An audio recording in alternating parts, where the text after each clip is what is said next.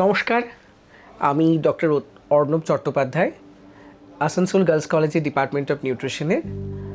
আমি আজ এখানে এসেছি অধ্যাপিকা মিতা চৌধুরীর সাথে আলোচনা করার জন্য। পদার্থবিজ্ঞান বিভাগের বরিষ্ঠ অধ্যাপিকা, যার সময়কাল আসানসোল গার্লস কলেজের তার যে বৃহৎ কর্মকাণ্ড, শিক্ষাঙ্গনে তার যে দৃপ্ত পদচারণা, প্রশাসন এবং আমাদের ক্লাসরুম টিচিং সর্বক্ষেত্রে তিনি ছিলেন উল্লেখযোগ্য ভূমিকা গ্রহণ করেছিলেন কলেজের এই দীর্ঘ সময় ধরে। আমার জন্ম 7ই মে এবং কি অসাধারণ একটা ঘটনা দেখুন, উনি কলেজে জয়েন করেছিলেন 1984-র 7ই মেতে এবং সেই সময় রাজীব গান্ধীর ভারতবর্ষ জুড়ে নতুন শিক্ষানীতি নিয়ে আসছেন। শিক্ষাঙ্গনে 80-র দশকের পরবর্তী সময়ে একটা পরিবর্তন হচ্ছে। আসানসোল গার্লস কলেজ সেই পরিবর্তনের সাক্ষী এবং সেই পরিবর্তন এবং কলেজকে এগিয়ে নিয়ে যাওয়ার জন্য যে কজন ইয়াং এবং ডায়নামিক মেধাবী অধ্যাপক অধ্যাপিকাদেরকে সেই সময় কলেজ পেয়েছিলেন, তাদের মধ্যে মিতা দেবী অন্যতম। পদার্থবিজ্ঞান যে বিভাগ, সেই বিভাগ তার সাধনায়, তার কর্ম তৎপরতায় এক অসাধারণ উচ্চতায় পৌঁছেছে এবং সেই ধারাবাহিকতা এখনও বজায় আছে। আমরা তার কাছ থেকে শুনে নেব তার যে সুদীর্ঘ অধ্যাপনার জীবন এবং তার সাথে তিনি কিভাবে আসানসোল গার্লস কলেজের সাথে জড়িয়ে গেলেন। আপনাকে আমাদের এই 75তম বর্ষের আমরা একটা ডকুমেন্টারি করছি ম্যাডাম, যাতে আগামী প্রজন্ম আসানসোল গার্লস কলেজের ইতিহাসটাকে স্মরণ করতে পারে তাদের আগামী দিনের পাথেয় হিসেবে। আপনাকে আমরা স্বাগত জানাই এবং সেই সময়টা যদি আপনি একটু আমাদেরকে সংক্ষেপে বলেন। হ্যাঁ, অনেক ধন্যবাদ। আমি অর্ণবকে অনেক ধন্যবাদ জানাচ্ছি যে অর্ণব যে ট্রাভেলটা নিয়েছে আসানসোল থেকে এসে তার টিমকে নিয়ে এসে এখানে আমাদেরকে এরকমভাবে সাক্ষাৎকার নেওয়ার কথা ভেবেছে। আমি সেটাকে খুব একটা বড় মাপের জিনিস বলে মনে করছি। অর্ণব আমাকে যে আসানসোল গার্লস কলেজের ফিজিক্স ডিপার্টমেন্টের যে উচ্চতায় তুলে নিয়ে যাওয়ার যে গৌরবটা আমার উপর আরোপ করেছে, সেটা আমি একদমই আমার হিসেবে নিতে চাই না। আমি যখন জয়েন করেছিলাম কলেজে, তখন আমি 3য় পোস্টে জয়েন করেছিলাম। হ্যাঁ, আসানসোল গার্লস কলেজে তখন ফিজিক্সের 3টে পোস্ট ছিল। নিয়ম ছিল, ইউজিসির নিয়ম ছিল যে যেসব সাবজেক্টে অনার্স থাকবে সায়েন্সের, তাতে 5 জন টিচার থাকবে, 1 জন ডেমনস্ট্রেটর থাকবে, 1 জন ল্যাবরেটরি অ্যাসিস্ট্যান্ট থাকবে। আমাদের ডিপার্টমেন্টে যেহেতু অনার্স ছিল না, সেই জন্য সেখানে 3টেই পোস্ট ছিল। তার সেই 3টে থার্ড পোস্ট আবার আসলে ডেমনস্ট্রেটরের পোস্ট ছিল, কিন্তু সেই পোস্টটা তখন গভর্নমেন্ট নিয়ম করে দিয়েছিলেন কেউ যদি ডেমনস্ট্রেটর মানে ফিজিক্সে অনার্স হতে হবে তাকে, নট এমএসসি। কিন্তু গভর্নমেন্ট সেই সময়ই নিয়ম করলেন, আমাদের পশ্চিমবঙ্গ সরকার, যে ডেমনস্ট্রেটররা যদি এমএসসি একবার করে নেয় তাহলে পোস্টটা আপগ্রেডেড হয়ে যাবে। তো তখন যিনি ছিলেন তিনি এমএসসি করে ওই পোস্টটা সেই জন্য লেকচারার হয়ে গেছিলো। আর বাকি যেগুলো যারা করেননি সেটা তারা যতদিন ছিলেন ততদিন ডেমনস্ট্রেটর ছিলেন, পরে সেই পোস্টটা অ্যাবলিশড হয়ে গেছে। হ্যাঁ, এখন আর কলেজে কোনো ডেমনস্ট্রেটরের পোস্ট নেই। তো আমাদের কলেজের অঞ্জলি রায়, যিনি এই কলেজের বলা যায় ফাউন্ডার প্রিন্সিপাল, তিনি কলেজকে এমন জায়গায় নিয়ে গিয়েছিলেন যে সমস্ত নিয়ম কানুন মেনে এবং ডিসিপ্লিন একদম ভীষণভাবে রেখে, যে আমাদের 10টায় কলেজ শুরু হতো, 4:45-এ শেষ হতো। কেউ কিন্তু সেই পুরো সময়টা বাইরে, কলেজের বাইরে থাকতে পারতো না।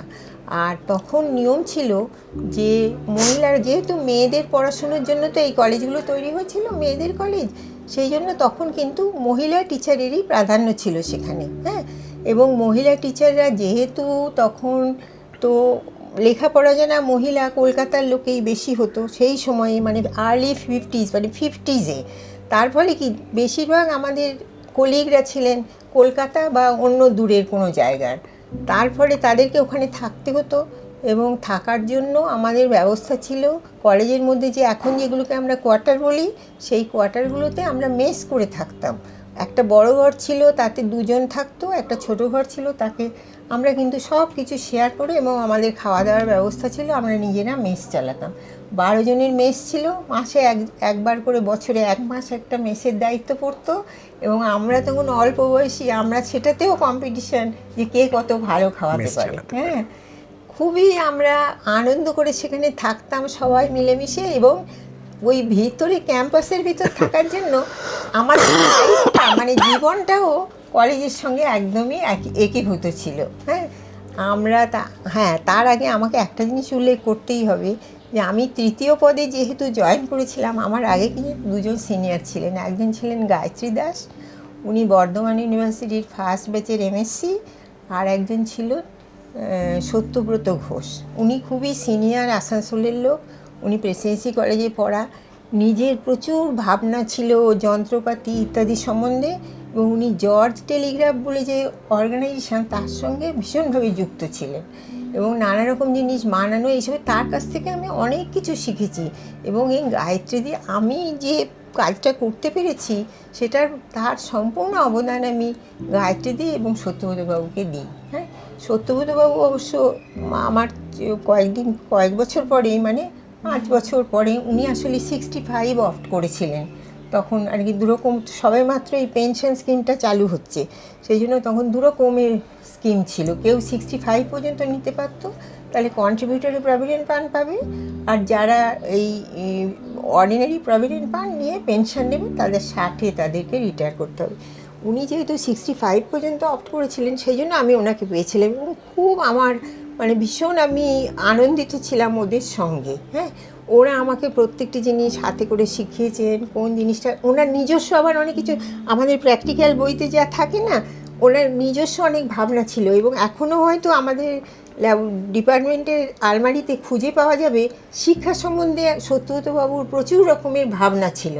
হ্যাঁ, যে সাবজেক্টটাকে কেমন করে পড়তে হবে, শিক্ষা ইটসেলফ কেমন হওয়া উচিত, সেই জন্য আমি তাদেরকে সবসময় স্মরণ করি। মানে আমার যদি কোনো অবদান থেকে থাকে, আমি কিন্তু তাদের উত্তরসূরি হিসেবে সেটা করতে পেরেছি।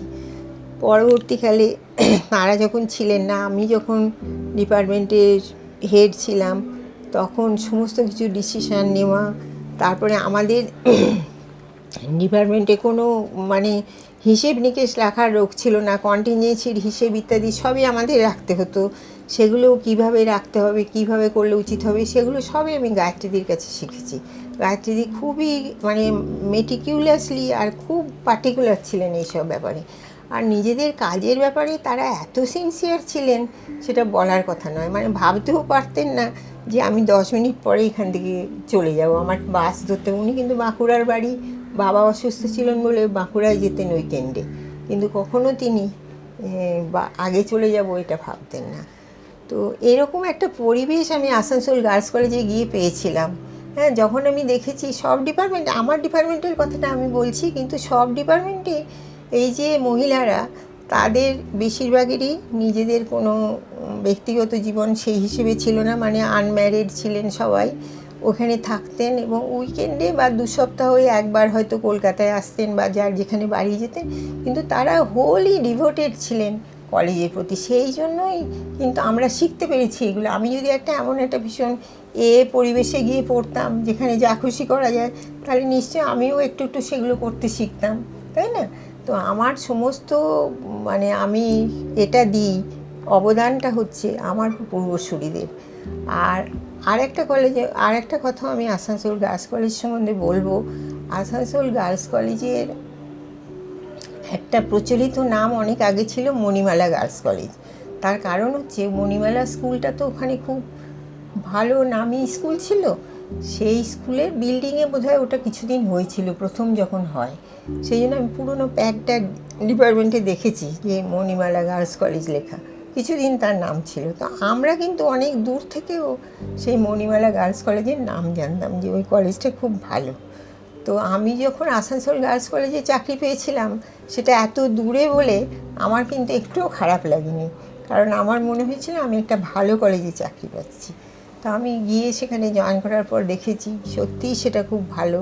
এবং তার অন্য একটা যেটা দিক বলছি, সেটা হচ্ছে আমাদের ছাত্রীরা। হ্যাঁ, আমাদের তো হায়ার সেকেন্ডারি পড়ানো হতো, তো হায়ার সেকেন্ডারিতে কি হয়েছিল, এই নতুন সিস্টেমটা যখন চালু হলো, মানে আমাদের তো ছিল ক্লাস 11, আর এই যে +2টা যখন চালু হলো, তখন ওই আসানসোল অঞ্চলে যেসব ভালো স্কুল আছে, মানে মিশনারি স্কুল, তারা কেউ আর +2 পড়াতে ইনভেস্ট করতে রাজি হলো না সেই সময়ে। হ্যাঁ, তখন সেই জন্যই এই যে কলেজগুলোতে যারা পড়তো বেশিরভাগ হচ্ছে ওই সব স্কুলের মেয়েরা। আর সেই সব স্কুলের মেয়েরা, আমি বলছি আর কি, যে সেই সব স্কুলের মেয়েরা নট দ্যাট যে তারা সেই স্কুলে পড়েছে বলে খুব ভালো, বিষয়টা হচ্ছে তাদের বাড়ির পরিবেশ। মানে বেশিরভাগ পড়াশুনো জানা লোকেরা, ভালো চাকরি করার লোকেরা, তারা তো নিজেদের ছেলে মেয়েদের বাড়িতে যথেষ্ট গাইড করে। এরা যে ওই স্কুলগুলোতে পড়েছে বলেই খুব ভালো তা নয়, বাড়ি থেকেও তারা সেরকম হেল্প পেয়েছে, সেই জন্য সেই জন্য হায়ার সেকেন্ডারিতে আমরা এত ভালো ছাত্রী পেতাম। সেই ছাত্রীদের যে প্র্যাকটিক্যাল করানোর কী সুবিধা ছিল, একবার বলে দিলে তারা নিজে করে নিয়ে চলে আসতো। প্লাস আমাদের তখন অনার্স ছিল না। হ্যাঁ, সেই জন্য হায়ার সেকেন্ডারিটাকে আমরা খুব ভালো করতাম, কেন একটা নতুন সাবজেক্টকে ইন্ট্রোডিউস করছি তো, যা আর ভালো ছাত্রী, সেটা পড়াতে খুব ভালো লাগতো। আর কেমিস্ট্রি অনার্সের মেয়েরা, আমাদের ফিজিক্সের সাবসিডিয়ারি ছিল, সেই ছাত্রীরাও ভীষণ ভালো ছিল, তাদেরও প্র্যাকটিক্যাল, মানে আমি শুধু যে আমাদের তা নয়, কিন্তু আমাদের পরিপূরক ছিল আমাদের ছাত্রীরা। হ্যাঁ, আর এত ওবিডিয়েন্ট, এত ওয়েল বিহেভ, আমি সত্যি আমি কাউকে এখনও মনে রেখে দিয়েছি যে এত ভালো ছিল। আর পুরো কলেজের পরিবেশ আমাদের, বলছি আর কি, যে স্টাফ রুমে যে যারা থাকতেন, এই যে সাথীদি, দেখেছো কি সাথীদিকে? দেখেন, ইংরেজি সাথীদি ছিলেন, সুপ্রিয়াদি ছিলেন, কল্পনাদি ছিলেন, অসীমাদি ছিলেন বাংলার, হ্যাঁ, সুপ্রিয়াদিও বাংলার। এত ভালো কথা বলতো না ওরা, মানে বিকেলবেলায় ওই যে আমাদের 3 পিরিয়ড ধরে প্র্যাকটিক্যাল ক্লাস থাকতো, তখন প্র্যাকটিক্যাল ক্লাস চলাকালীন একবার আমরা স্টাফ রুমে যেতামই ওদের সঙ্গে একটু কথা বলবো, মানে ভীষণ, মানে উইটি আর ভীষণ সুন্দর কথা বলতেন, স্টাফ রুম জমজমাট থাকতো খুব। আগামী প্রজন্মের প্রতি আপনার কি, মানে কি আহ্বান থাকবে তাদের আমার কাছে? আহ্বান থাকবে, আমি যেটা নিয়ে সত্যি খুব চিন্তিত, সেটা হচ্ছে যে একটু নেগেটিভ কথাই হয়ে যাচ্ছে, যে স্কুল এডুকেশনটা এত দুর্বল হয়ে যাচ্ছে না, যার জন্য কলেজ এডুকেশনে খুব হ্যাম্পার হচ্ছে। তাই আমি বলবো যে, আমি তো জানেন তো এখন আমার হাজব্যান্ড দুজনেই ধারে কাছে যাকেই পাই, মানে স্কুলে পড়ে, তার বাড়িতে কোনো হেল্প নেই, এই ধরুন ড্রাইভারের মেয়ে, কেয়ারটেকারের ছেলে, এইসব আশেপাশে যারা না, তাদেরকে বাড়িতে ডেকে ডেকে পড়াই। কারণ সায়েন্স পড়ার ব্যাপারটা হচ্ছে, স্টেম ছাড়া তো চলবে না, স্টেম ছাড়া দেশের উন্নতি নেই। হ্যাঁ, এখন সায়েন্স পড়ার ব্যাপারটা হচ্ছে প্রথম থেকে জিনিসগুলো ভালো করে বুঝতে হবে। হ্যাঁ, প্রথমে আমি মুখস্থ করে নিলাম, দিয়ে পাশ করে নিলাম, প্রথমে অল্প জিনিস আছে মুখস্থ করে নিতে পারি, মুখস্থ করে নিলাম, দিয়ে পাশ করে নিলাম, তাহলে তো তার কাজ হবে না কোনো। এইটা হচ্ছে আমার আগামী প্রজন্মের প্রতি, যে তোমরা সব জিনিসটা ভালো করে প্রথম থেকে ভালো করে বুঝে নাও। তুমি যদি নিজে প্রথমটা বুঝে পড়ো, তাহলে কিন্তু পরবর্তীকালে তোমার আর হেল্প লাগবে না, তুমি নিজেই ব্যাপারটা বুঝতে পেরে যাবে। এটাই হচ্ছে আমার পরবর্তী প্রজন্মের জন্য। আর আসানসোল গার্লস কলেজকে কি বলবেন? আসানসোল গার্লস কলেজে বলবো, আসানসোল গার্লস কলেজ, আরে মানে আমি তো অনেক দিন যাইনি, তো আমি ভাবি যে আসানসোল গার্লস কলেজটা এখন অনেক বৃদ্ধি হয়েছে, তার অনেক নতুন, অনেকে এসেছেন, অনেক উদ্যোগী, অর্ণবের মতো। তো আয়তনেও বেড়েছে, বাড়িঘর অনেক বেড়েছে, তাই না? ওই যেখানে তো ওই হস্টেলের কোয়ার্টার্স ছিল, ওগুলো সব বাড়ি হয়ে গেছে, ওগুলো সব এখন ভাষা বিভাগ হয়ে গেছে। আবার আরো নতুন বিল্ডিং হচ্ছে, ওই সোশিওলজি, ইকোনমিক্স, এরা আবার আলাদা করে একটা সোশ্যাল সায়েন্স হয়ে গেছে, ওই প্রিন্সিপাল কোয়ার্টারের পেছনের দিকটা। ওই গাছগুলো কেটে দেওয়া হলো। আমরা তো ঘরের জানলায় বসে চা খেতাম, আর ওইখানে পাখি চড়ে বেড়াতো সকালবেলায়, সেটা আমার খুব প্রিয় ছিল।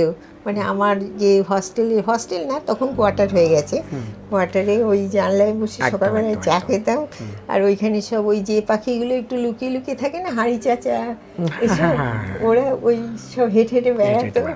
ওই গাছগুলো কাটা, সামনের অংশটা আছে, কিন্তু ওই প্রিন্সিপাল কোয়ার্টারের পেছনের দিকের অংশটা বাড়িয়েছে। একটু এই যে 4 ইয়ার্সের কথাটা আপনি বললেন, কারণ ক্লাসরুমের তো অভাব হবে, হ্যাঁ হ্যাঁ নিশ্চয়ই, এই যে বুঝতেই পারছি তো, মানে সেটা কারণ তো আমাদের দরকার। পুরো সেটআপটা তো 3 ইয়ার্সের মানে সেটআপ, এবার আরেকটা এক্সট্রা সেমিস্টারকে বসতে দেওয়ার তো একটা বিরাট জায়গা অসুবিধা চাই, হবে। হ্যাঁ ঠিকই তো, একদম। যাই হোক, অসংখ্য ধন্যবাদ ম্যাম আপনাকে। আপনার কথা আমরা অনেক শুনেছি কলেজে, নতুনরা। গভর্নিং বডিতেও আপনি দীর্ঘ সময় ছিলেন, কলেজের প্রশাসনিক যে জায়গা সেখানেও কলেজকে একটা খুব উচ্চতায় enjoy নিয়ে করেছি। যাওয়ার চেষ্টা খুব করেছেন। এনজয় করেছি আমি সেটা আসানসোল আমাদের খুব কলেজকে। খুব হ্যাঁ, খুব আসানসোল আনন্দের। গার্লস, আমি খুব মিস করি আসানসোল গার্লস কলেজকে, কারণ আমার তো আর যাওয়ার ওখানে কোনো দরকার নেই বা কিছু নেই, কেউ নেই। আমি যখন আসানসোল গেছি না, দুর্গাপুর পর্যন্ত আমাদের খুব যাওয়া ছিল। দুর্গাপুরে আমাদের মামার বাড়ি ছিল, আমার দাদা আরি কলেজে পড়াতেন। আমরা খুব, তখন দুর্গাপুর নতুন হয়েছে, সেই দুর্গাপুরও খুব সুন্দর জায়গা। তো দুর্গাপুর পর্যন্ত গেছি, আসানসোল আর যাই, আসানসোল পর্যন্ত কখনো যাইনি। তো আমি প্রথম জয়েন করতে গেলাম মামার বাড়ি থেকে, বাসে করে দুর্গাপুর গেলাম, ওই আসানসোল গেলাম, বাস স্ট্যান্ডে নামলাম, দিয়ে রিক্সাকে বললাম আসানসোল গার্লস কলেজে যাবো। রিক্সা তো যাচ্ছে, শেষ হয়ে গেল সবে, শহর শেষ হয়ে গেল, তারপর ওই পোলো গ্রাউন্ড এলো। আমি বলছি এ কি সব শেষ, কোথায় কলেজ? তারপরে একটু বাড়িতে ঘুরে কলেজ পাওয়া গেল। ওটা তো ছিল আমেরিকান সোলজারদের ক্যাম্প সেকেন্ড ওয়ার্ল্ড ওয়ারে। আচ্ছা। যার জন্য আমাদের কলেজের মধ্যে যে কুয়োটা আছে না, আসানসোলে তখন জলের খুব ক্রাইসিস ছিল। আমরা যখন প্রথম গেছি, ভীষণ ক্রাইসিস। তো বাইরে থেকে সব ওখান থেকে জল নিতে আসতো। আচ্ছা। ওই কুয়োর জল কখনো শুকোয় না। না। আচ্ছা, ভেতরে ওটা ঢুকে সেকেন্ড ওয়ার্ল্ড দেখবেন, ওয়ারের সময় তৈরি। বিশাল কুয়োটা, বিশাল কুয়ো। আচ্ছা, হ্যাঁ ওটা বিশাল বড় একটা কুয়ো, ওটা মানে। আর ওখানে তো ঝড় বৃষ্টি হলেই তখন, এখন হয় কি জানি না, গ্রামের দিকে সব জায়গাতেই ওই গাছ পড়ে যায়, তো তারপর তার ফার ছিঁড়ে যায়, সেই জন্য বন্ধ করে দেয় সব। হয়তো একটা গোটা দিন আলো থাকলো না, তখন আমরা ওই কুয়োর ভিতরে গিয়ে চান করতে যেতাম। মানে ওটা তো ঘেরা, তো ঘেরা, হ্যাঁ এই ঘেরা। খুব সুন্দর। অসংখ্য ধন্যবাদ ম্যাম, আমাদের এই আর্কাইভে আপনার এই অমূল্য বক্তব্য আমাদের কাছে এটা একটা ভীষণ বড় সম্পদ হয়ে থাকলো। আগামী প্রজন্ম জানতে পারবে আসানসোল গার্লস কলেজের ইতিহাস, এবং আপনারও যারা ছাত্রীরা আছে পৃথিবীর বিভিন্ন প্রান্তে, তারাও যখন ইউটিউবে ভিডিওটা দেখবে, আমার মনে হয় তাদের চোখের কোণেও একটু চিকচিক করে উঠবে ম্যামকে অনেক দিন পর দেখতে পেয়ে। তার জন্য এটা আমাদের একটা মানে উদ্যোগ, যাতে প্রাক্তন যারা অধ্যাপক অধ্যাপিকারা আছেন, স্বনামধন্য মানুষরা আছেন, তাদের কিছু কথা থেকে যাক আমাদের সাথে। কারণ এইভাবে কণ্ঠস্বরগুলো তো কালের নিয়মে আস্তে আস্তে হারিয়ে যায় একটা সময়ে। তো এই আর্কাইভে আমাদের থেকে যাবে আসানসোল গার্লস কলেজে।